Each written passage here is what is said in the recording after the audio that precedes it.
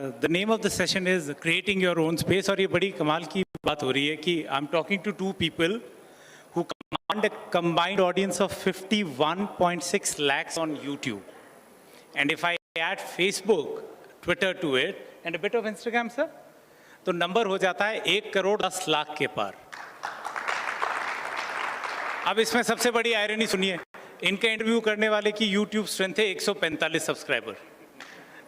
So that is me, and please excuse my naivety, but I would like to dwell on it कि ऐसा क्या होता है या ये क्या जर्नी है कि these people have created such a fabulous audience, a cult figure for them. तो शुरुआत की जाए अजीत सर से। अजीत सर, लास्ट पोजीशन ना हम आप बीच से हट गए तो एक और बात बता दूं, अजीत सर को यहाँ लाने के लिए मुझे जितनी मेहनत करनी पड़ी उतनी पूरी इवेंट को करने में नहीं लगी। इनको कहाँ से घेरा गया, कौन कौन से सूत्र थे, वो अपने आप में एक कहानी है। बट अजीत सर बात करते हैं, last job was managing editor, और जो जर्नलिज्म समझते हैं वो इस पोजीशन को जानते हैं कि आप बाहर निकलेंगे तो एक लवाजमे के साथ आप उस ऑर्गेनाइजेशन के मुख्यमंत्री होते हैं। वहाँ से यूट्यूब पे आके शुरुआत करना कैसी रही and how challenging it was? The first question, ये शुरुआत का आइडिया कहाँ से आया कि निकला जाए? थैंक्स मुझे बुलाने के लिए, और मैंने कई साल से 3-4 साल से सुना था जो आप यहाँ करते हैं टॉक जर्नलिज्म। शायद मुझे आपने देर से इस लायक समझा और शायद आप YouTube पर मेरे सब्सक्राइबर का इंतज़ार कर रहे थे, इसलिए आपने बुलाया। जब बुलाया तो मैं आया। खैर, मजाक कर रहा हूँ। तो सवाल जो आपने पूछा, अगर ऐसे देखें तो कई बार आप जो नहीं सोचते हैं वो होता है, और मैं बहुत ज़्यादा डेस्टिनी में कभी बिलीव नहीं करता हूँ और नहीं करता रहा, लेकिन इन 2 सालों में मैं करने लगा। और कई बार जो आप नहीं सोच पाते हैं वो होता है, जिसके लिए कल्पना से परे होता है वो होता है। तो मैं मानता हूँ मेरे लिए ये रीइंकारनेशन है जो मैं यूट्यूब और सोशल मीडिया प्लेटफॉर्म पर 2 साल से कर रहा हूँ। और रीइंकारनेशन इसलिए बुद्धिस्ट मानते हैं, रीइंकारनेशन पुनर्जन्म। 25 साल जो मैंने किया टेलीविज़न में, जो भी जैसे भी जॉब करते हुए, एडिटर जो भी कर रहे हो आप, जो भी तमगा करते हो वो एक तरफ, और जो मैंने 2 साल में किया वो एक तरफ। और इसके लिए मैं शुक्रिया अदा करूंगा कि देश में लॉकडाउन जिस दिन ऐलान हुआ, वो तारीख मुझे इसलिए याद है क्योंकि उस दिन, उसके अगले दिन से मैं एक मोबाइल कैमरा लेकर सड़क पर निकला था। वो तारीख थी 24 मार्च। 22 तारीख को ताली थाली बजी थी, 24 मार्च को रात 8 बजे लॉकडाउन का ऐलान हुआ था। और मैं नेशनल हाईवे NH-24 से पास में रहता हूँ। 25 की सुबह मुझे लगा कि चल के देखना चाहिए कि लॉकडाउन तो लग गया, हम लोग तो अपार्टमेंट में रहेंगे। हमने सब्जी और बाकी जो घर के अनाज हैं वो 10 दिन के लिए ख़रीद लिए। सोसाइटी में बहुत सारे लोगों ने 2 महीने के लिए ख़रीद लिए थे। तो लगा लेकिन देखते बाहर क्या हो रहा है।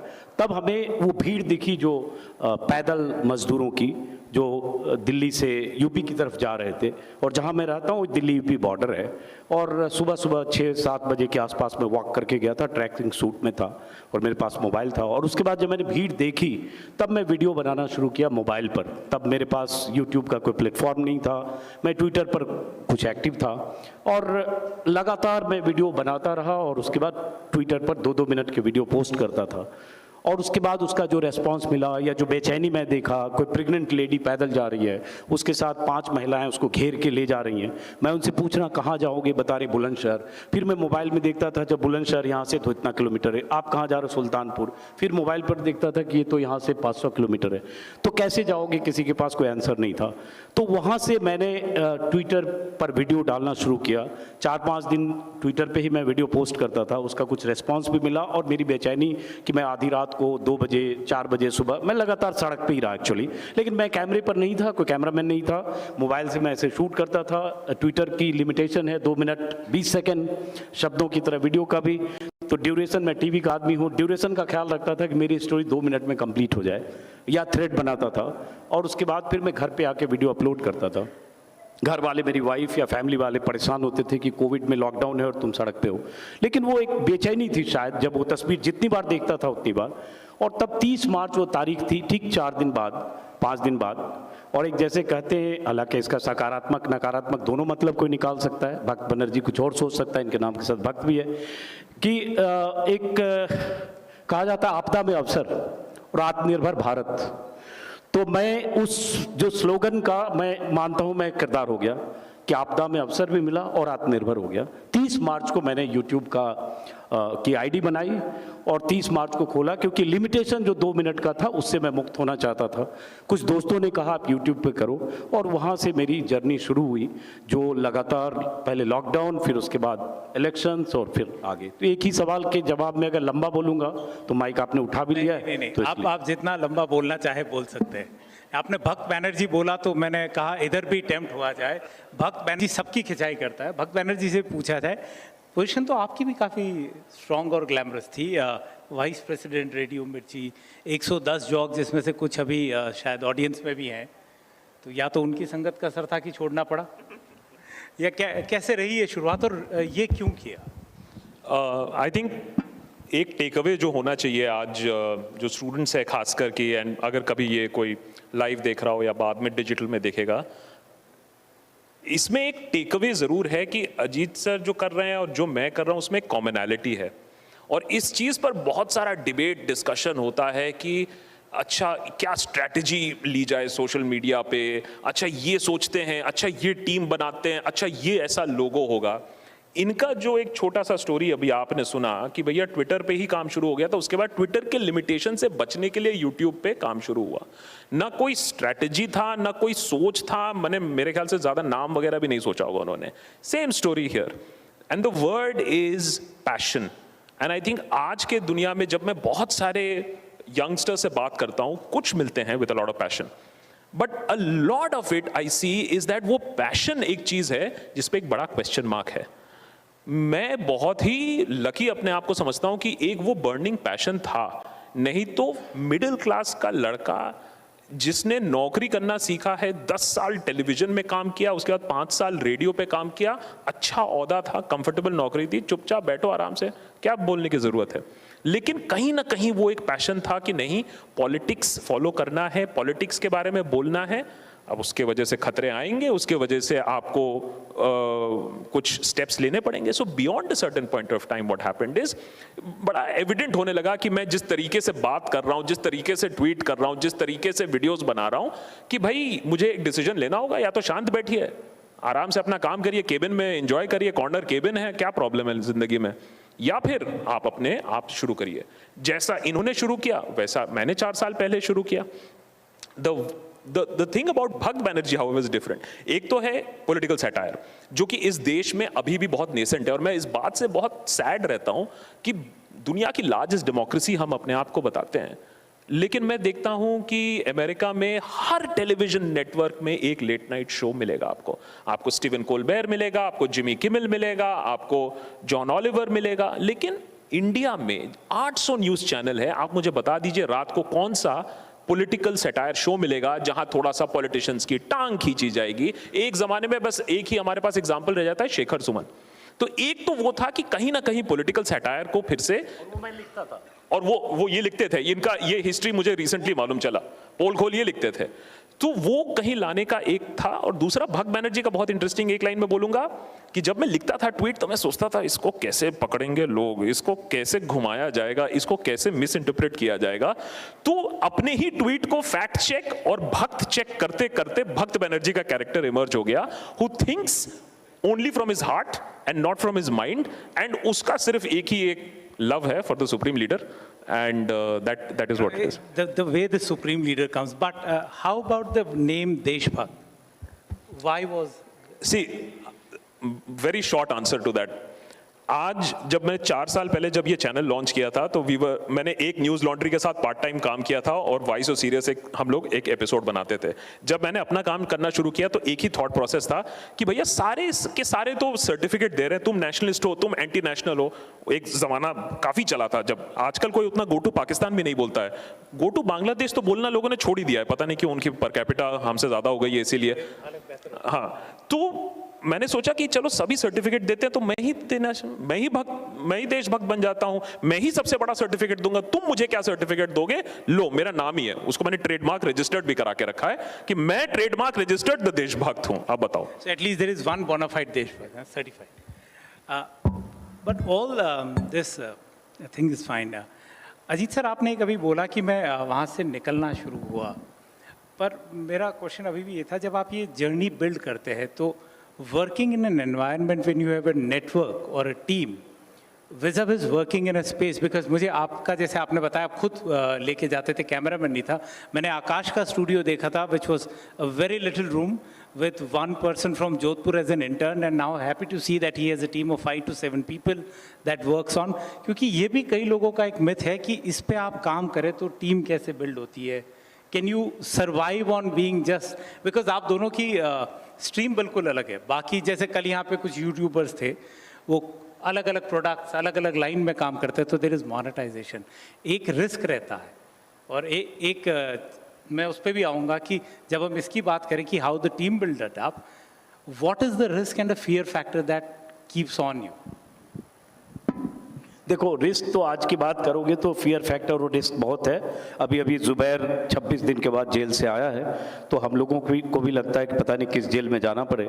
इंतजाम आज के दौर में ऐसा होता है कि एक जेल में छूटे ज़मानत पर तो दूसरे जेल में जाना पड़ सकता है, तो रिस्क और फियर फैक्टर वो है। लेकिन चूँकि आपने कहा यूट्यूब और जर्नी, और बहुत सारे यंगस्टर होंगे जो मीडिया इंस्टीट्यूट के भी होंगे, जब मैंने अगर शुरू किया, और ये मेरी स्टोरी नहीं है, किसी की भी हो सकती है, आकाश की भी हो सकती है, किसी ध्रुव राठी की हो सकती है, और ऐसे हजारों लाखों लोग दुनिया में काम कर रहे हैं, और बहुत सारे लोग बहुत बेहतर काम कर रहे हैं। आपके पास जो डेटा है, जो भी 10 मिलियन आपने बोला सब्सक्राइबर या फॉलोअर, इससे 10-20 टाइम्स ज़्यादा वाले भी लोग काम कर रहे हैं।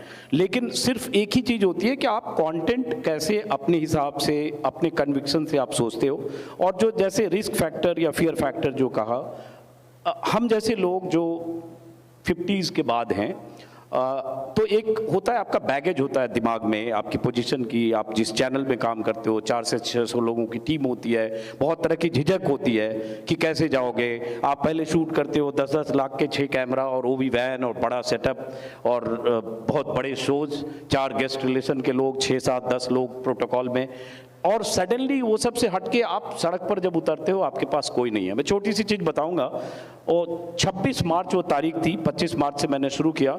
26 मार्च जब हाईवे पर मॉर्निंग में ट्रैक सूट में मैं शूट कर रहा था मोबाइल से, तो कई बार लग रहा था मैं बहुत बेचारा तो नहीं हूँ, क्योंकि तुरंत मैं चैनल से बाहर आया था, और हो ये रहा था जहाँ मैं रहता हूँ उस सड़क से बहुत सारे जर्नलिस्ट जो चैनल में मॉर्निंग शिफ्ट में काम करते हैं वो गुजरते हैं। 7 बजे चैनल में मॉर्निंग शिफ्ट होती है, तो 8-10 ऐसे लोग हैं जो मेरे अपार्टमेंट के आसपास रहते हैं। सब मुझे जानते हैं, सबको मैं जानता हूँ, कुछ ने मेरे साथ काम किया, कुछ डिफरेंट चैनल्स में काम करते हैं। तो मैं 7 बजे 6:30 बजे ट्रैक सूट में शूट कर रहा हूँ रोड पे, अकेला, कोई शूट भी नहीं कर रहा है, चैनल पर चल नहीं रहा था। तो वो जो गाड़ियाँ जितनी जा रही थी, जो मॉर्निंग शिफ्ट वाले रुकते थे मुझे देखकर, किसी की नज़र में बेचारगी भी हो गया, अरे क्या दिन आ गए, देखो इस सड़क पे मोबाइल लेके खड़े हैं। क्योंकि उसके पहले थोड़ा सा मैं एग्रेसिव हूँ, तो बहुत लोगों के गिले शिकवे भी रहते हैं न्यूज़ चैनल में, जब एडिटर रहते हो कि यार बड़ा ये है वो है, इसकी कभी तो इसकी अकल ठिकाने आएगी। तो वो बहुत सारे लोग रुकते थे, 2-4 लड़कों का नाम नहीं लूँगा, वो अच्छे रिपोर्टर हैं, बट रुक के बहुत हिकारत से भी मुझे कहते, क्या सर ये वीडियो बना रहे हैं, कौन देखेगा, क्या मतलब है, ठीक तो क्या, मोदी ने लॉकडाउन लगा दिया, देश में ज़रूरत है आपका, वीडियो बना के ट्विटर पर डाल रहे, इससे क्या होगा सर। मैं उसको बोलता था यार मैं बहस नहीं करूँगा, बस मुझे काम करने दो। लेकिन जब घर आता था थोड़ा सा मुझे लगता था कि यार अकेला हूँ, मोबाइल से कर रहा हूँ, 20 साल ऐसे रहा, 25 साल ऐसे रहा, 400-600 लोग के साथ रहा, और फॉर्चुनेट या अनफॉर्चुनेट 10 जो आज चुनिंदा चेहरे हैं, 5-7 मेरे साथ भी उसमें से थे। लेकिन 2014 के पहले वो सब ऐसे नहीं थे जैसे आज हैं। बहरहाल तो एक वो बेचैनी होती थी, लेकिन आपको उस झिझक को मारना होता है। मुझे किसी की परवाह नहीं करनी है कि लोग, वो होता है ना ट्विटर फेसबुक पर लोग लिखते हैं एक तुकबंदी, सबसे बड़ा रोग क्या कहेंगे लोग। तो जिस दिन तक ये सोचते रहते हो कि लोग क्या कहेंगे, तो मैंने पहले उस दिमाग से उस बात को निकाला कि लोग क्या कहेंगे इसकी मुझे परवाह नहीं करनी है, मुझे अकेले करना है, मोबाइल से करना है। 10 लड़के रिपोर्टर देख रहे हैं, अब मैं जानता था कि यहाँ से न्यूज़ रूम में जाके हंसी उड़ा रहे होंगे, किले उड़ा रहे होंगे, जिस भी चैनल से मैं आया था, अरे क्या दिन आ गए, देखो यहाँ पे तो एडिटर थे, फला लाखों की सैलरी होगी, ये रोड पे मोबाइल लेके खड़े हैं और बात किससे करें? मजदूर से, क्योंकि लोग तो योगी मोदी से बात करता है, हम सड़क पर ठेले वाले से बात कर रहे हैं, पैदल वाले से बात कर रहे हैं। तो वो बेचैनी मुझे थी और घर में आता था, बेचैनी मतलब अपने को मैं ढाढ़स खुद ही बनाता था। और वो झिझक जिस दिन तोड़ लिया, उसके बाद मुझे लगा कि अब मुझे इसकी फिक्र नहीं करनी है। और वो भी दिन आए जब मैं बिहार इलेक्शन में गया या बंगाल गया या किसान आंदोलन में। मेरी उम्र 56 है, मुझे कोई हर्ज नहीं बताने में, हालांकि आकाश ने को अपना नहीं बताएंगे, इनकी उम्र वैसे मुझसे 1 साल ज़्यादा है 25 लेकिन मेरा जो कैमरा पर्सन है 19 ईयर्स ओल्ड है। मैंने एक ही चीज़ सोचा कि मुझे एकदम ऐसे यंगस्टर को रखना अपनी टीम में। 4 लोग मेरे साथ हैं, एक लड़का यहाँ बैठा है, IMC का प्रोडक्ट है। जो 3 लड़के मेरे साथ हैं 19-20 ईयर्स, ग्रेजुएशन के स्टूडेंट हैं। फर्स्ट ईयर में एक था तब मैंने रखा, दूसरा सेकेंड ईयर में था, तीसरा भी सेकेंड ईयर में है, मतलब जस्ट पास आउट का हाई स्कूल का, उसको साथ अटैच किया। लेकिन हाँ, उसको जो भी किसी भी चैनल में जो उसको सैलरी मिलती होगी उस लेवल पे नौकरी नहीं मिलती, वो मैं उसको देता हूँ, अलग बात। लेकिन मुझे लगा कि नए लोगों के साथ उसको तो कम से कम मेरे प्रति ये रहेगा कि चलो मैं भी नया हूँ सर, थोड़ा ठीक है, मेरे पिताजी से भी 10 साल बड़े हैं। जैसे मैं कई बार मजाक में पूछता था तुम्हारे फादर की क्या एज है, तो 45, 49, 50। उन्होंने कहा यार किसी का फादर भी 56 का नहीं है, लड़के सब मेरे साथ काम कर रहे हैं। उसमें 2 लड़के ऐसे भी थे 19 साल के थे, ये बता रहा हूँ बहुत प्रैक्टिकल। मैं कहता था यार तुम मास्क लगा के चलो, क्योंकि तुम मेरे साथ रहते हो, कैमरा लेके लोग समझता हो कहाँ से बाल मजदूर लेके आ गया है, तो उससे और मेरा इंप्रेशन जाएगा कहीं से ले आया पकड़ के। लेकिन मैंने उस झिझक को तोड़ा, मुझे उससे जीतना है कि लोग क्या कहेंगे।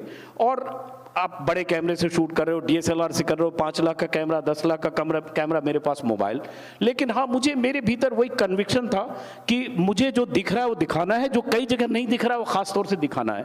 और शायद एकमात्र ये वजह थी कि उस फियर को कि मैं फेल होऊंगा, एक ही फियर था कि मैं फेल होऊंगा इसलिए क्योंकि लगता था कि अगर मैं नहीं बहुत मेहनत की और 6 महीने 8 महीने में 400 सब्सक्राइबर हुए, 400 व्यूज हुए, तो फिर खिल्ली उड़ाएंगे उसी न्यूज़ रूम में जहां से मैं निकल के आया।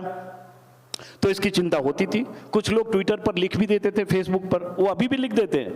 दिलचस्प बात यह है कि पक्के तौर पर जिनके बारे में अंदाजा लगा सकता हूं कि वो 2 रुपए से ज्यादा की कमाई शायद कर पाते होंगे एक ट्वीट पर, महीने में 2000-5000 भी नहीं करते होंगे। कुछ ऐसे होंगे कि 5000 के लिए तरसते होंगे, वो मुझे रोज लिख के आते, बेरोजगार, गाली जो देते हैं रिपीट नहीं करूंगा, दाल रोटी आज कैसे खाया, खाना चल रहा है कि नहीं, कैसे रात में रोटी मिले कि नहीं, बेरोजगार है तू तो ये सवाल से जिस दिन आप इसको बैगेज समझ लेंगे बस परेशान हो जाएंगे। मैं इसको एंजॉय करने लगा, चलो ठीक है जो करना है कहो, मैं बेरोजगार हूँ, मैं खाली हूँ, मुझे कोई काम नहीं है, मैं कल भी नहीं खाया। कई बार मुझे लिखते हैं कि आदमी और जानवर में कोई फर्क नहीं रह गया। मैंने कहा हाँ ठीक है, कोई फर्क नहीं रह गया, तुम लगता है अपनी जिंदगी से दुखी हो। तो मैं उसको एंजॉय करने लगा कि ठीक है जो कहेंगे वो कहेंगे, अगर मैं इस पे गया तो मैं खत्म हो जाऊंगा। तो मैंने उससे मुक्त किया और लगा कि जो मुझे लगता है कि ये कहा जाना चाहिए, मैं जैसे टीवी में एक संक्षिप्त खत्म कर, तो बार बार देख रहे, इशारा तो नहीं करे जल्दी खत्म करिए, अच्छा ठीक है। तो हम लोग टीवी में समझते थे और समझा कि कैरेक्टर बहुत इंपॉर्टेंट होता है। कैरेक्टर मतलब किसी भी स्टोरी का कैरेक्टर, और चाहे वो किसी भी तरह की स्टोरी, इलेक्शन स्टोरी हो, चाहे फार्मर्स की स्टोरी हो, चाहे कोई भी। तो मैंने जो सीखा बस मैंने वही आजमाने की कोशिश की कि किरदार को पकड़ो, कहानी मतलब अगर पलायन हो रहा है लोगों का, तो मैं 2 घंटे 4 घंटे सिर्फ उसमें कुछ कैरेक्टर्स खोजता था जिसको आप रिप्रेजेंटेटिव मान सको पूरी स्टोरी का। कोई प्रेग्नेंट वीमेन, कोई 80 साल का, कोई बुजुर्ग, कोई 6 साल का, 2 बच्चे, 7 साल के बच्चे लेको आधी रात को जाते लोग। और वहां से फिर जो भी हमने किया, और उस झिझक को कि अगर मैं फेल हो गया तो क्या हो गया दिमाग से निकाल दिया, मानते हुए कि मैं फेल हो जाऊंगा। और फेल हो जाऊंगा इस सेंस में कि कहाँ बड़े बड़े ऑर्गेनाइजेशन हैं, उनके प्लेटफॉर्म में, जैसे अब आज तक है 50 मिलियन सब्सक्राइबर हैं आज तक के, 50 million, more than 50 million. Lalan top है, सौरभ अभी शो में आ रहा होगा, 20 मिलियन से ज्यादा सब्सक्राइबर हैं। उस समय भी जब मैंने शुरू किया 0 से, तब भी 10 मिलियन प्लस था। तो आप ये देखते तो हो, वो अगर आप 0 से, जैसे यंगस्टर है, मैं यही कहना चाहूंगा, जो आप 0 से शुरू करो उसको तो परवाह ही नहीं करना चाहिए कि आप 0 से करो। और मैंने 0 से तब किया जब एक जगह तक आ चुका था। तो उसके बाद उस फियर, उस डर को, उस चैलेंजेस को दिमाग से निकाल के कि मुझे जीरो से शुरू करना है, मैं फेसबुक पर भी लिखा कि मेरी आज से नई शुरुआत है। मैं डस्टर से बोर्ड पे जो भी लिखा था सबको मिटाता हूं और मैं मानता हूं, मैं, आप मेरी उम्र 55 मान लो, 56 मान लो, बुढ़ा हो गया, सब मान लो, मैं मानता हूं कि मैं 19 साल का मेरा कैमरामैन है और मैं 21 साल का हूं, 2 साल बड़ा हूं क्योंकि बॉस हूं तो 2 साल बड़ा होना भी पड़ेगा। और मैं ऐसे काम करता हूं और जो हमारे सहयोगी हैं वो भी ऐसे काम करते हैं। और उस जिद, जुनून और पैशन, इसके अलावा कुछ चाहिए नहीं। और एक कमिटमेंट और ऑनेस्टी जो मैं मानता हूं कि आप जो करना चाहते हो उसमें एक सर्टेन लेवल की ऑनेस्टी चाहिए। एब्सोल्यूट ऑनेस्ट कोई होता नहीं, सत्यवादी राजा हरिश्चंद्र के बाद कोई पैदा नहीं हुआ। दूसरे जो हो देश की सत्ता पे हैं उनकी बात हम कर नहीं सकते। तो इसके बाद हम सब लोग बीच में हैं कहीं, तो उसमें बस वही एक ताकत शायद थी जिसने जो जगह बनाई। और ऑडियंस जिसको मैं पहचानता नहीं था, जानता नहीं था, वो उनका प्यार, उनका मोहब्बत, वो चीज़ें बनती चली गई। कई बार आप कोई इमारत बनाते हो, अगर 10 मंजिली इमारत बनानी है, आप तो इंजीनियर हैं शायद, तो आप 50 फीट नीचे, आप पता नहीं केमिकल हैं या बिल्डिंग है, सिविल है। बिल्डिंग बनाने का था पर कभी काम नहीं किया, कोई बात नहीं, लार्जर इंटरेस्ट। ठीक है, अच्छा किया आपने। तो अगर 20 मंजिली इमारत बनानी है तो आप 40 फीट नीचे गड्ढा खोदते हो, बुनियाद जितनी मजबूत होगी उतनी ऊंची इमारत होगी। तो मेरे पास ऐसा कुछ था नहीं, बुनियाद का पता नहीं था, सड़क पर था बीच में, लेकिन बस ये कि हम इसी सड़क से यहीं से इमारत बनाएंगे। और ऑडियंस ने शायद मोहब्बत, प्रेम, रेस्पेक्ट, उससे आपका हौसला बढ़ता है। 4 आदमी आपको कहता है कि आपने ये किया, अच्छा काम किया। अब आपको तय करना है कि जो 100 लोग गाली देते हैं, जैसे रेशियो ऐसा ही हो सकता है, 90% ऐसे हो सकते हैं जो गाली दें, 70% हो सकता है जो गाली दें। जैसे अभी मैं एक फोटो लगा दूंगा गुलाब के फूल का, जो मैं करता हूँ, वो जैसे होता है ना हिट एंड रन, तो मैं ट्रायल के लिए करता हूँ। मेरे यहाँ अच्छा गार्डन है, एक फोटो लगाता हूँ गुलाब का या गुलदाउदी का, कोई भी लगा हो, एडेनियम बहुत खूबसूरत फूल है, लेकिन जैसे ही लगाऊंगा उसके नीचे कभी मजे लेने के लिए कमेंट पढ़ूंगा तो 10 में 15, 10 में 6-7 उसी रेशियो में आपको गाली देंगे। तो आपको तय करना है कि गाली देने वाले से आपको कहीं घबराना है, वो आपको भीतर कोई फियर फैक्टर है, या फिर 2 लोग आपको अप्रिशिएट करते हैं, वो उसको आपको सोर्स ऑफ एनर्जी मानना है। तो मैंने उस 2 लोगों को सोर्स ऑफ एनर्जी माना, जो सड़क पर चल रहा था या चल रही थी, या जो महिला या गांव में, जिसको मैं अपनी स्टोरी का, कहानी का किरदार मानता हूं। बाकी मैं मानता हूं ऊपर बैठे लोग, विश्व गुरु से लेकर नीचे के भक्त बनर्जी तक, जितनी गाली दें कोई फर्क नहीं पड़ता। Thank you sir. आपने सर, पर इसमें एक बात और है, आपने कहा कि 20 मंजिला इमारत के लिए 40 मंजिला, पर जो आपका अभी तक का, आपने कहा अगर 20 मंजिला इमारत बनानी हो तो नींव मजबूत होनी चाहिए। और जो मैंने आपसे क्वेश्चन भी पूछा था, पर क्या आपका जो 3 दशक का एक एक्सपीरियंस है, आपने स्लेट ज़रूर क्लीन किया but the foundation was strong, you know, how much that has an bearing? Because आजकल जो लोग देखते हैं, यंगस्टर्स कंटेंट बनाते हैं, कोई भी हो, नाम नहीं लूँगा, तो वो एक सेट पैटर्न पे चलते हैं। वो पैटर्न हो सकता है जर्नलिस्टिक हो या ना हो, तो इस पे एक बार अगर आप, मैं तो यहाँ बोलूँगा, इस हॉल में राजदीप बैठे हैं, वो नहीं जानते होंगे, पहली बार बोल रहा हूँ। हम लोग तो 20 साल पहले राजदीप को देखते थे और सोचते थे काश कभी राजदीप के बराबर तो छोड़ो, अगर राजदीप 10 हैं तो 2-3 में भी हो जाए किसी ढंग से। तो हम लोग तो ऐसे तारीफ कर रहा हूँ, अब चकाया हूँ, मैं कोई निगेटिव बात नहीं कर रहा हूँ। तो ऐसे लोगों को हमने उस दौर में देखा जो हमारे लिए आइडियल थे। अगर हम 90s के बाद की बात करें, टीवी जब नया नया शुरू हुआ 2005-10 जो भी है, लेकिन जैसे आपने कहा एक्सपीरियंस, हो सकता है एक्सपीरियंस कोई मैटर करता हो और थोड़ा बहुत करता हो। मैं कोई टेलीविजन में रोज मैं एडिटर था, बट बिहाइंड द सीन मेरा काम था, स्पॉट बॉय से लेकर और फ्लोर मैनेजमेंट तक। लेकिन ध्रुव राठी आपके सामने एग्जाम्पल है, और मैं 20 ऐसे एग्जाम्पल बता सकता हूं जो कोई फेस नहीं था कहीं और उसका कोई ऐसा बैकग्राउंड नहीं है। तो कंटेंट आप क्या बनाते हो, क्या आप किसी के दूसरे बनाए हुए रास्ते को, लकीर को फॉलो करते हो या उससे अलग करते हो? अगर इन्होंने अपना क्रिएट किया भक्त बनर्जी, यहाँ तो किसी को भक्त कह दो तो लोग मारने दौड़ेंगे, जो भक्त हैं एक्चुअली, और ये बंदा नहीं है ऐसा मुझे लगता है, अगर है तो पता नहीं। सर ये दोनों हैं, ये बहुत सेफ खेल रहा है, ये एक तरफ देशभक्त हो रहा है और दूसरे से कह रहा है मैं भक्त भी हूं। हाँ, काफी बैलेंस वही मैं कर रहा हूं। तो उस सिचुएशन में मैं मानता हूं कि अगर आप में कंटेंट सोचने का, किसी को फॉलो नहीं करने का है, तो आप अपने हिसाब से कंटेंट बनाएं। थोड़ा वक्त लगेगा, हो सकता है मुझे कम वक्त लगा, हो सकता है आपको ज़्यादा वक्त लगे, लेकिन मुझे लगता है कि जो स्पेस डिजिटल में है, जो फ्यूचर है, जो रीच है, वो बियॉन्ड इमेजिनेशन है। वो मैंने 2 साल में देखा है। वो मोहब्बत भी, वो रिस्पेक्ट भी, लोगों का भावुक होकर रो पड़ना, गले मिलना, हक करना, वो ट्विटर पर छोड़िए गाली देने वाला, जो फील्ड में मिलते हैं। तो मैं यंगस्टर को ये कहूंगा कि आप नई चीज अगर सोचते हैं, नई चीज आप फॉलो करेंगे तो आपके आगे 100 लोग पहले चल रहे हैं, 1000 लोग चल रहे हैं। नई चीज सोचते हैं तो मैं ऑलवेज मानता हूं कि उसके बाद भी गुंजाइश है, लेकिन पेशेंस रखना पड़ेगा। मतलब ये कि हमने, जैसे मैंने कहा ना कि मैंने शुरू किया, मुझे नहीं पता था कि 1 साल में ये हो जाएगा या 6 महीने में। मैंने तो ये शुरू किया, संघर्ष करूंगा, और अपने मतलब मुझे कोई पैसा, 1 पैसा नहीं आएगा तो भी संघर्ष करूंगा, मेरे लिए स्ट्रगल था। तो जो लड़के करना चाहते हैं, और दूसरी बात क्या है कि इतना बड़ा दायरा है, मतलब कोई आदमी उस पर मोबाइल अनबॉक्सिंग पे कर रहा है, कोई आदमी किसी और तरह की कर रहा है, कोई फार्मिंग पे कर रहा है, कोई डिजिटल के अलग अलग जो भी है विंग्स, कोई पॉलिटिकल कर रहा है, कोई कहानी सुना रहा है, ध्रुव राठी कुछ और कर रहा है, कोई फैक्ट चेकिंग कर रहा है। हालांकि फैक्ट चेकिंग बहुत खतरनाक है, करने से पहले सोचिएगा, और अगर सलीम सुल्तान जुबैर हो तो बिल्कुल 100 बार सोचिएगा।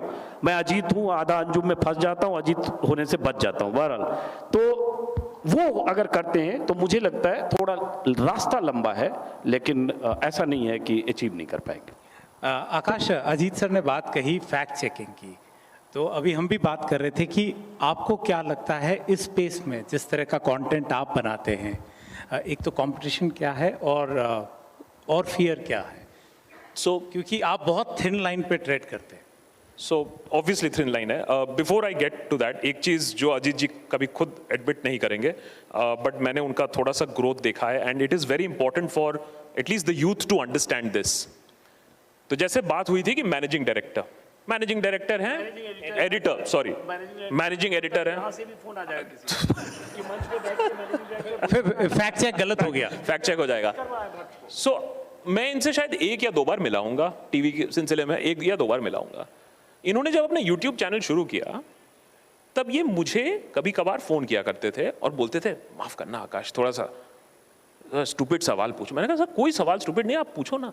And used to ask the basics of YouTube, wiping the slates clean, ऐसे ही नहीं बोल रहे, मैंने देखा हुआ है। He used to ask the basic questions, क्योंकि उनको लगता था कि अच्छा चलो इसने किया है, ये मुझे कुछ बता देगा। So the lesson to be taken is that somebody who इतने ऊंचे ओहदे से, when he started on YouTube, he went zero. You have to wipe the slates clean. ये बहुत ज़्यादा मैंने लोगों के साथ काम किया है। I have hired a lot of, मैं अपने करियर में RJs बहुत हायर किए हैं, अपने करियर में अपने कंपनी के लिए हायर किए हैं।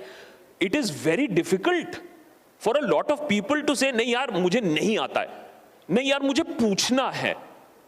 जब तक ये नहीं निकाल दोगे अपने सिस्टम से, आई थिंक द कोर, और you know we can do a lot of self congratulatory messages, हमने ये किया वो किया, that's not the point here. The point is how do you make it big, how do you find your self, and the lesson that you should learn from at least a man like him is that आपने 20-25 साल काम करने के बाद television पे सबसे ऊंचा ओहदा लेने के बाद भी एक रिस्क लिया, और वो रिस्क लेकर आपने पैशन फॉलो किया और आपने स्लेट क्लीन वाइप किया। Ask yourself how many times you are willing to say मुझे नहीं आता है, नहीं मैं हेल्प मांगूंगा, मैं उसको ठीक से जानता तक नहीं हूं, लेकिन मैं एटलीस्ट ट्राई करूंगा। That is very, very important. I think that is one lesson that you should definitely take from here. You should take that lesson of passion, because वो बहुत जरूरी है। उसके बाद रिस्क लेना obviously is very dangerous. I mean, we've seen what is happening. So my suggestion to you is that politics छोड़ के भी आप दूसरे भी YouTube channels खोल सकते हो। हाँ, politics छोड़ के भी दूसरे channels भी आप खोल सकते हो। But the third point I'd like to take, you should take home, is that while you wipe the slates clean, while you follow your passion, one thing that as somebody who's young, somebody who's starting out, or even later, discover your cut, discover your niche. हमारे time पे क्या होता था, my biggest regret for being a television guy is, मैं 10 साल मैं journalist नहीं था, मैं जनरलिस्ट था। क्योंकि टेलीविजन में लोग कम हमेशा रहे हैं। आज जाके फ्लड रिपोर्टिंग करो, कल जाके इंटरव्यू करो, परसों जाके दुर्गा पूजा कवर करो। बंगाली हूं, वेस्ट बंगाल, ममता बनर्जी, नहीं, that's a joke, that's not real. So कहीं ना कहीं स्पेशलिटी डेवलप नहीं हुई। Today in the digital age everybody has a fine cut, and that is the reason, for example, satire, political commentary मैं नहीं कर सकता हूं। I can't match the experience and speed of this man. I can't match what Rajdeep would bring to the table in terms of what has happened, what is the history of this political move. तो मैं क्या करूंगा? I will try to make it simple. I will try to make politics a little bit more fun. I will try to make it more conversational. That's my cut. Maybe I thought कि मुझे ये आता है, तो मैंने ये cut को explore किया। अपना नीश ढूंढो, whether be it print, whether be it digital, मैं टीवी नहीं बोलूंगा। So just try to find that cut. That is very important. उसके बाद your passion will drive it कि भैया तुम्हें कितना रिस्क लेना है, कितना रिस्क नहीं लेना है। हर चीज में रिस्क है। हाँ, पॉलिटिकल कमेंट्री एंड सैटायर में बहुत ज्यादा रिस्क है आज के डेट में। इज बिकॉज मैं हमेशा कहता हूं, एक पॉलिटिशियन को आप जाके करप्ट बोल सकते हो, इनकॉम्पिटेंट बोल सकते हो, he will take it, part of life. Journalist तो ऐसे ही भौंकते रहते हैं या कमेंटेटर्स बोलते रहते हैं, बट अगर उसके मैनरिज्म्स में मजाक उड़ा दो, उसी के साउंड बाइट उसी को सुना दो एक कटाक्ष मार के, he will take it personally. I have had this feedback come back to me also. So, well, these are the dangers. So, by and large, I could see a lot of faces having their own questions, but I'll end our part and we'll open out the house for questions. That what Sautik just said, that the best job is done outside legacy media. So, both these people tell you that, it could be done from the highest position and place if you have the patience and passion. So stick to the work. And sir, अब मैं सवाल खोल देता हूँ, इनके ज़्यादा सवाल है। Good evening, sir. I am Achal from Christ University. Here, sir. Achal from Christ University, Bangalore. My question to you is, while creating your own space independently, how did you achieve stability in terms of funding, and how did you deal with the anxiety of sustaining it? Oh, you don't know YouTubers roll in money. You don't know I have a Rolls Royce parked outside. So मैं बहुत बार मजाक करता हूँ। I was pushing it last time. मैं बहुत लोगों से मजाक करता हूँ। मैं कहता हूँ मदर सिस्टर बोल दो, give me some other abuse. Don't say that I'm earning or minting money out of YouTube, because it's very, very difficult, especially given the algorithm. And YouTube doesn't like news content anyways. Any of your video can get demonetized. But very quickly, it's a very important question. Let me take you through my journey very quickly. I quit my job. I started my channel. So first and foremost, remember, the first 6 months to 1 year, if you're ever thinking of going digital, is going to be brutal for you. For somebody who had an entire team with him, and news में जब हम लोग news में थे, you had a camera person with you all the time. You had an editor who used to edit your story all the time. So when I started after 10 years of journalism, I had to learn all the camera work. I had to learn all the editing work. And for the first 8.5, 9 months, it was only me. Camera, script, editing, shooting, everything. And SEO, which is thoda zyada overhyped hai, doesn't matter so much. But you have to do it all yourself. Where's the runway? I had to sell my house. I had the only bit of small property that I had ever bought. Sold it, 14-month runway. So my target was, agar 85 I don't job, because I have mouths to feed also. So what I did was I opened up a Patreon account, and I hoped that YouTube would give me some funding. So my initial monthly kharcha came out of bare minimum peanuts from YouTube, and because there are good people, I'm telling you, why we do what we do is worth fighting for, because there are good people who are willing to back you. It is there, it is true. If you tell me, can a large organization sustain itself on financing, on public funding, on subscription, the answer is no. Because what we discovered is, in the last 4 years, you can sustain individually, maybe you can sustain a small team. But beyond that, there is a limit to it. And unfortunately, then we had to go to some YouTube videos that we are now running sponsored. But the beginning was pure passion, pure subscription, Patreon. Then we built a little bit of YouTube revenues. And now, because we want to expand, get more machines, get more people, we are taking some non-political subscriptions. People who have no say in our content, and people who have nothing to do remotely even with any politics of the country.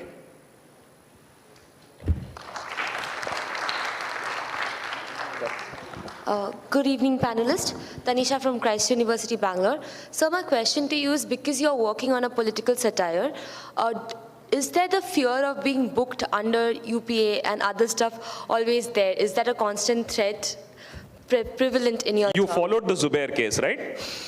So did Zubair get the FIR, the first one, for his work as a fact checker? Or was it for a satirical post? So the danger is very much there, and especially when, you know, the laws in our country are built in such a way, whether be it criminal defamation. Today, any politician, any businessman can say that, no, you made a video, I know there are all facts there, yes, it is published material, but your comments defamed me, you have caused damage to my business. He knows nothing will come out of it. That's not the point. And neither that was the point with Zubair. But the point is, the process is the punishment. And you can then keep fighting. And you know, lawyers are expensive. These days, lawyers are my best friends these days. Anybody in a party, I see lawyer, arey, sir, lawyer. So I am making friends with lawyers and CAs. So it is a very, very clear threat, is because newspapers will just report the facts like it. We will then take the facts, make a little bit of a joke, and we don't know whose sentiments you are hurting. That's the favorite national time pass at this point of time. Sentiments getting hurt. Businessmen, politicians, anybody's sentiments getting hurt. So there is a lot of legal loopholes that can be exploited at this point of time, which is being done at this point of time. Thank you. Two Thank more you, questions and then we. Achha. Yeah. Mike. There you go. And one, the man in the yellow shirt, he has been. नमस्ते sir Ajit ji my name is Nidhish Goyal कल sir India TV में एक सर्वे आया कि अगर आज elections हो जाएं तो बीजेपी को 338 सीट्स मिलेंगी और एनडीए को 362 मिलेगा मेरा सवाल सर ये है कि इतना स्पेस या 283 दैन 303 दैन 338 ये जो मिला है ये मिला किस कारण से है उनका पुरुषार्थ है या उनकी मार्केटिंग है या सेकुलर पार्टीज ने वो काम नहीं किया जितना काम उन्हें करना चाहिए था या फिर मीडिया गलत डायरेक्शन में लेकर के गया स्पेस या कोई भी चीज़ तभी मिलती है जब आप स्पेस क्रिएट करते हैं so that is the point so please So I'll just repeat. I got a question. Yes, sir, please. जो इंडिया टीवी में जो सर्वे आया, the latest survey is saying about 336 and 360, if I'm not wrong, for the NDA अगर आज election होता है. He has a very valid question. इतना बढ़ावा every time, and I also believe next time election होगा तो यही नंबर आएंगे. मेरा ये पर्सनल मानना है. तो ये क्यों हुआ है? सेक्युलर पार्टीज ने काम नहीं किया है, मार्केटिंग है, या मीडिया ने गलत इंफॉर्मेशन दिया है? ये जो बढ़ावा मिले जा रहा है, ये क्यों? तो पॉलिटिकल सवाल है, इसका पॉलिटिकल आंसर किसी को देना चाहिए, मुझे लगता है मैं इससे बचना चाहूँगा। मेरा काम नहीं है, sorry. The last question from the man, and Hello, be specific to what we are talking. Politics पे मत जाना। सर नमस्कार, मैं नरेंद्र सिरस्वा अकेडमी से हूँ। मेरा क्वेश्चन अजीत सर से है। सर मैं उदार लोकतंत्र के लिए अपना स्पेस क्रिएट करना चाहता हूँ, तो उसके लिए क्या करना चाहिए? क्योंकि भारत का आर्थिक विकास लिबरल डेमोक्रेसी से ही बिलोंग करता है। सो उसके लिए मैं क्रिएट करना चाहता हूँ अपना स्पेस, तो मुझे क्या करना चाहिए उसके लिए? कोई ऐसे सेट फॉर्मूला तो नहीं है। आपने बहुत बड़ा सवाल पूछा, उदार डेमोक्रेसी, तो ऐसा कोई फॉर्मूला नहीं है। लेकिन चूंकि हम लोग डिजिटल स्पेस की बात कर रहे हैं और उसमें स्कोप की बात करें, स्पेस और स्कोप, सॉरी आप नाराज मत होइएगा, चूंकि पॉलिटिकल था, मैं इस मंच से उसको अवॉइड करना चाहता हूँ। तो उसमें अगर आप कुछ करना चाहते हो, अब आगे आप क्या करना चाहते हो आपको आइडिया होगा। हम लोग चूंकि डिजिटल स्पेस की बात कर रहे थे और उसमें जो पोटेंशियल और स्कोप है जो आप बोलना चाहते हो, डेमोक्रेसी इस देश की बहुत मजबूत है, उसके अलग अलग नाम आप दे सकते हो, उसमें बहुत बदलाव हम आप दोनों नहीं कर सकते। उसके लिए जिनको जनता चुनती है उनको तय करना, और बाकी उसके जो पैचेज हैं उसके लिए हम आप सवाल पूछ सकते हैं। लेकिन आप अपनी भूमिका सिर्फ तय कर सकते हैं, जैसे हमने या इन्होंने या और लोगों ने अपनी भूमिकाएं तय की होगी। आप अपनी भूमिका तय कर सकते हो और उसके लिए डिजिटल में बहुत स्कोप और स्पेस है। सिर्फ आपको तय करना होगा कि आपको क्या और कैसे करना है। अब जैसे जैसे बात होती है ना, बहुत सारे लोग हमारे जानने वाले भी है, हमारे बहुत सारे कलीग साथी, वो जब यूट्यूब पर अगर कुछ करना चाहते हैं, उनके जहन में होता है कि DSLR कैमरा होना चाहिए, 2-4 लोग होने चाहिए, एडिट मशीन होनी चाहिए। इस मीडियम में 1 साल मैंने भी जो काम किया, कोविड में लॉकडाउन था, कोई कैमरामैन मेरे पास नहीं था, एक मोबाइल था किसी भी ढंग से स्टैंड पे लगा के रिकॉर्ड करता था। आपके पास सिर्फ एक मोबाइल होना चाहिए, आइडिया होना चाहिए, आप क्या कम्युनिकेट करना चाहते हो, थॉट बहुत क्लैरिटी चाहिए, आप क्या कहना चाहते हो, किन शब्दों में कहना चाहते हो, कैसे कहना चाहते हो, आप अपनी भूमिका तय करिए। अदरवाइज आप जो बात कर रहे हो बहुत सैद्धांतिक बात है, उस पर विमर्श हो सकता है, 2000-4000 पन्ने के लेख लिखे जा सकते हैं। अभी मुद्दा है कि आप क्या करना चाहते हो, और उसके लिए मैं यही कहूंगा कि बस आप तय करिए और उसके हिसाब से जो आपको स्पेस दिखता है, आप यूट्यूब पर, अलग प्लेटफॉर्म पर जो आप बात कहना चाहते हो उसके तरीके खोजिए।